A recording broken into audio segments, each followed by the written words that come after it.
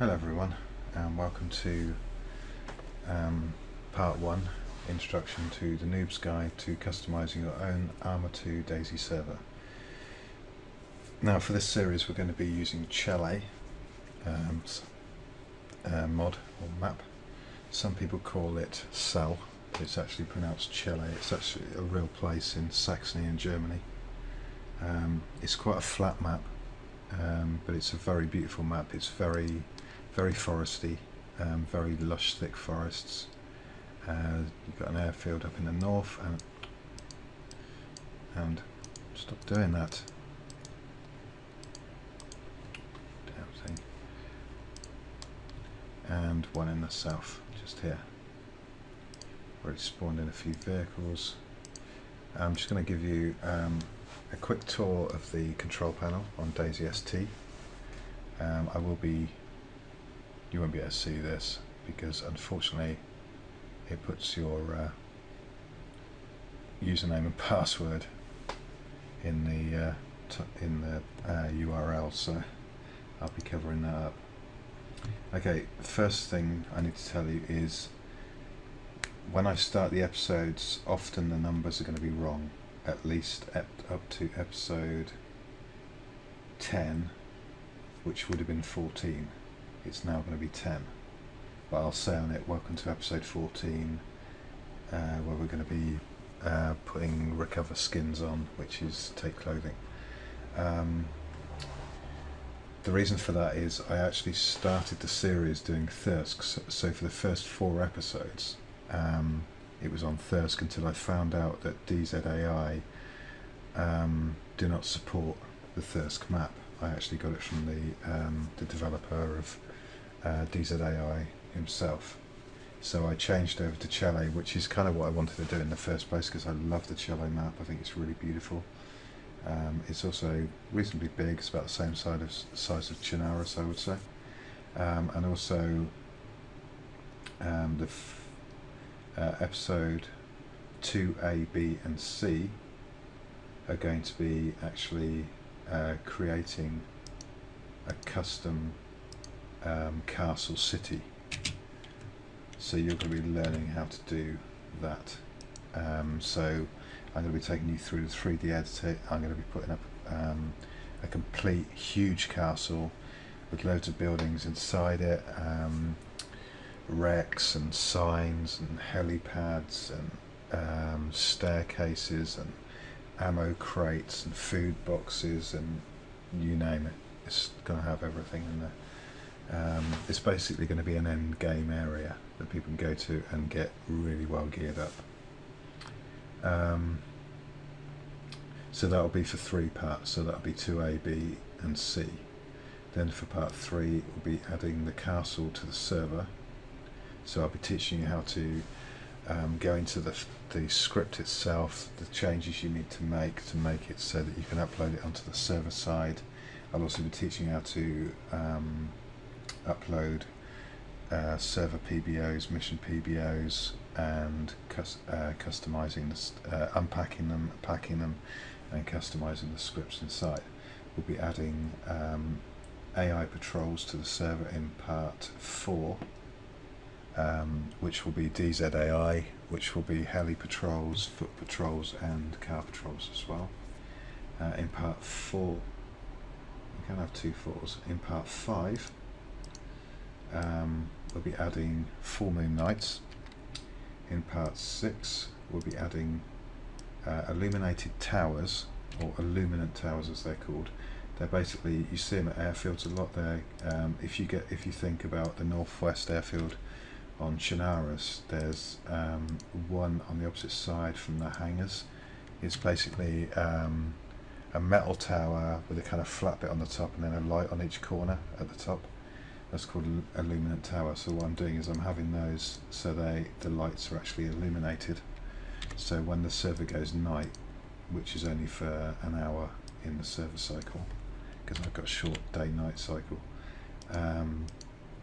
they'll light up. And then in part, and that'll also be incorporating house lights as well, so the buildings will light up. Then in part 7 we'll be adding kill messages. So this is messages that come up when someone gets killed, that everyone else on the server can see, that says what weapon they got killed with, what distance, and who killed them, and who got killed, obviously. You can actually change that if you don't want the person's name who killed them. You can actually comment that out. I actually show how to do that as well. In part 8 we'll be doing remove vehicle parts. Now this is different from Epoch because in this script you can take every part of a vehicle. So you can take the wheels, the engine, the fuel tank, and the glass. And is there anything else? No. Then in part 9 I'm going to teach you how to make a custom server background. So the background image for when someone logs on your server, they see the server image as they log in. I'm going to show you how to do that on Photoshop and then how to put it onto the server as well. In part 10 it's going to be, hang on, something's gone wrong here, recover skins, which basically is take clothing, but instead of having to physically take the clothing, the AI and the players that are killed, their clothing appears in their inventory. So you can just take it out of their inventory, and there'll also be self-blood bag and all sorts of other things. So having said that, I'm just going to stop the server and I'm just going to show you a couple of things. So you need to have the server stopped for this. First thing we're going to do is I'm going to show you how to spawn a vehicle on the map. Let's say, oops, I need to left click, not right click. I want to put I don't know, a car in this field, like an SUV or something. I go to Charis, it actually comes under truck, believe it or not. SUV TK, I'll spawn it unrepaired. And then there it is, this is one of the spawns. So that's that done. Obviously you can see that Ricky's put, that's my co-admin, co-owner. He's already put a lot of other vehicles on, and he's going to add more as once the server goes public and people go on the server, then obviously we'll put more vehicles on then. But you don't need to have a lot on to start off with, because the more vehicles you have, the more laggy your server gets. So the next thing is, okay, so it's Chile. I've put my host name. You can use default, which has all the right information in it, but for some reason mine says veteran when it's actually regular. I can do that because the server's stopped, because I'll be changing it. And it's it's Chile 1.9, and the armor patch is the latest Steam one. This is Daisy Chile, heroesandvillains.co.uk. Says Chile, it's private hive. You can have Daisy ST hive. I don't know what that really means, to be honest. Mine's based in the UK. I've got side chat enabled. Now, the maximum vehicles I've got at the moment is 250. That doesn't mean there's 250 if I press the spawn button. That just means I can put 250 on. I can raise that or lower it, it's up to me. So say all the vehicles got destroyed on the map and I hit spawn and there was 300 vehicles that were on there, 250 of them would respawn. But I'd have to restart, I'd have to start the server once I'd hit the spawn button. So you just saw me put one on, so I'm going to hit that, and one vehicle spawned, and that'll be the SUV, that's that one. So yeah, see, it's vehicles, not spawns, so it's spawn and vehicle. So it's now an instance, and then when that car gets destroyed it will respawn there. Starting loadout. Basically you can add what you want. I've just given, because there's AI running around, I've given people a Winchester with 2, so 30 rounds or slugs, Pepsi, steak, morphine, a couple of heat packs because you do get cold sometimes on Chile, an EpiPen, blood bag, it says self blood bag, antibiotics in case of infection, and painkillers. A couple of bandages, a couple of SD mags for the M9 SD, a walkie-talkie. The reason for that is, and I'll show you where I got that from, is in tools, and then there. For some reason it doesn't come up with a picture. Yeah, the reason I put one on is because of the DZAI. I've got the dynamic AI as well as the static AI. Static AI are the ones that just patrol towns. Dynamic AI could spawn anywhere on the map, and basically if you've got a radio, you'll see a message come up saying you're hearing radio static. That means there's AI near. So you need to keep your wits about you. So I've given them a map and a flashlight and a radio. So once you've put what you want in, so you've got all these different things, you can choose backpacks, ammunition, basically by hitting the weapon, if I hit it again, so it puts the ammo in automatically anyway, so you just hit it again. So you've got your weapons there, you've got your secondary weapons, you've got your tools, so toolbox, all that sort of thing, matches, hunting knife, hatchet, GPS, blah blah blah, headgear, night vision goggles, rangefinders, binoculars, consumables, that's food, medication, drinks, thrown, that's grenades, chem lights, road flares, smoke grenades, and grenades. Vehicle parts, that's your engines, glass, jerry cans, main rotor assemblies. Oh yeah, you can take them off helicopters as well with the stripped vehicles. Scrap metal and wheels. Ammunition, don't need to worry about that. Backpacks, you can choose what people start off with. I don't know if these actually spawn. No, because they're just for 2017. It's a shame because they're nice looking backpacks. In fact, I thought the skins were nice for 2017, but that's besides the point. So, Namalsk, this isn't Namalsk, so won't be given any railgun. Why is that under? Oh, I see, that's just stuff that's in Namalsk. And other is camo clothing, civilian clothing, ghillie suit, sandbag kit, tank trap kit, tent, wire kit, wood pile, bear trap. So basically, once you've chosen the start loadout, you just click Save Loadout. You'll get that message coming up saying it won't take effect until you restart the server. It's a bit misleading. It's not restart the server. Well, I suppose it is, but you're not actually going to be hitting a button that says restart. So you go OK, close that down. So then I've got BattlEye enabled. I've got a password on the server at the moment, which is just 2112 keep out. Which I will take off once the server's ready. I would appreciate if people watching this video did not log on to the server, because I will kill you if you do. Heroesandvillains.co.uk is who it's hosted by, but it's not really, it's hosted by DaisyST, but that's our website.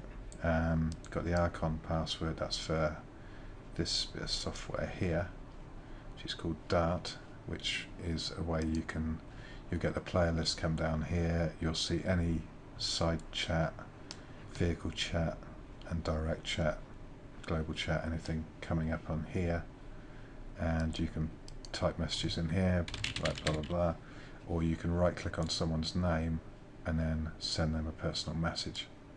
You can right click on them and ban them, you can kick them. So basically you've got control over that sort of thing from this. Well, I've got anti-hacks on the server as well, so, but I do tend to use this for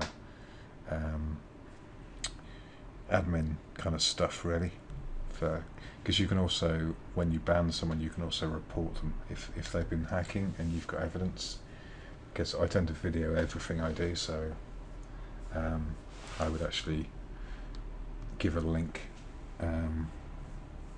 with some video evidence, could be a screenshot or whatever. So I've got difficulty set to normal, regular, third person, crosshairs, death messages, short day, you can have off, which means normal day, night, so whatever time zone you've chosen. Always day or short day. I've got short day, which basically means as I've got my server restarting every 4 hours, you can have 2, 3, 4, 6, 8 or 12. As I've got mine every 4 hours, the last hour becomes night. It never gets completely dark, which is quite nice. I've got my maximum ping set for 160, which I think is plenty. I don't want a load of people with really high ping on my server because they're just going to lag it out for everyone else. Then you've got your restore tool. So if you had a hacker on the server, the database backs up on it automatically. So you just roll it back to one of the backups. Like got 12 backups on Friday, 24 on Thursday, 24. Yeah, so it's one every hour. So you can roll it back an hour. So no one loses their stuff unless they got it within the last hour. Okay, I'm going to reset the mission and server PBOs, and there's a good reason for that. Going to click change settings.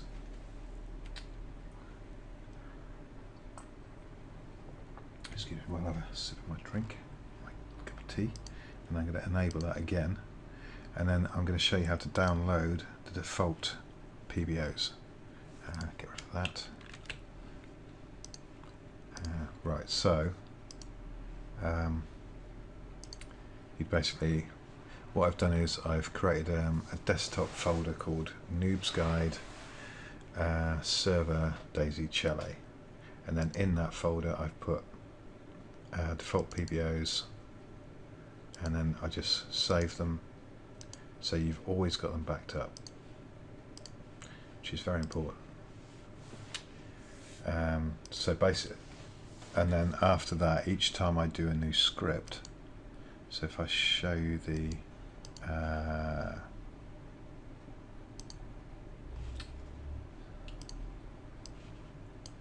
sorry, it's over on the other my other screen. So each time I do a new script, there's buildings, DZAI, full moon, illuminant towers, and house lights. Why is that? Oh, maybe I did those. Oh yeah, I think I did those. They're both one part, one video part, but I did one for each script. Kill messages, self blood bag, strip vehicles, server background, and recover skins, which is take clothing, but you don't have to physically take it, it's on the bodies. So basically the reason I do this is, like, say I'm doing the recover skin script and something goes wrong, and I don't know what it is, I can always go back to that one, upload those. For that one it's just a mission PBO because that's all I had to edit, and then I can get the server PBO from the last one, that, yeah, so it'd be that one. So I've always got everything backed up, so I can never lose my progress. So that's very important. So what I'm going to do is, now that I've done that, I'm going to upload the mission and server PBOs for the last the last script I put on, which has got every other script in it as well, because each time you add a new one, you make a new folder, you're taking the one from the last folder and working on that, so it's got all the other scripts that you've already done. So each one's got less and less and less as you go back towards 1, and then more as you go up towards 11, 12, 13, whatever. Okay, so that's those uploaded. Start the server. So in the next episode, or which will be the first proper episode, I suppose you could say, although this has been longer than I anticipated, we're going to be building a custom castle, a very big custom castle around here, and it's going to have everything in it. It's going to have barracks, it's going to have ammo crates, food boxes, medical boxes, wrecks, medical tents, a fire station, a supermarket, towers that you can with steps that you can go up into the towers. It's going to have international hotel spawning stuff as well. It's going to have, well, loads of stuff. It's going to have apartment buildings. It's basically a quarantine zone. It's going to be called Fob Blanik Quarantine Zone. So that will take up 3 episodes. I think they're about half an hour each, so about an hour and a half's work on that. Then after that, we'll be adding, putting the script on the server so that all the buildings are on there, and then we'll carry on from then, putting a script on for each episode. So thanks for watching. As I say, when I introduce each episode, the numbers are going to be wrong because I've got rid of 3 episodes, and I'm changing it so it's just Chile instead of starting off on Thirsk and then going over to Chile, because I did the same things on Chile as I did on Thirsk anyway, but more in depth. So yeah, I just thought it was getting a bit too confusing. I don't think it was interesting people because they probably looked at it, saw it as Thirsk, and didn't give it a second thought. So please, bear with the series. I think you'll learn an awful lot because I do go in depth, and especially with the building, you're going to learn a lot about using the 3D editor and how to put buildings on your server, on the server side, not on the client side. So you'll be able to do that on any map, guaranteed. So thank you for watching. Please comment, rate and subscribe. Always appreciate new subscribers and all your comments. I won't be taking any requests for mods, for scripts. I'll just be putting what I want to on the server and teaching you how to do it, because basically I'm trying to build a server, and I just want to take you along for the ride, if you like, and to teach you what I'm doing. So I think it's going to have everything you need anyway. I'll also be doing things like auto refuel and things like that. So yeah, thanks for watching, and I'll catch you in the next episode where we'll be starting that really big castle. So bye for now.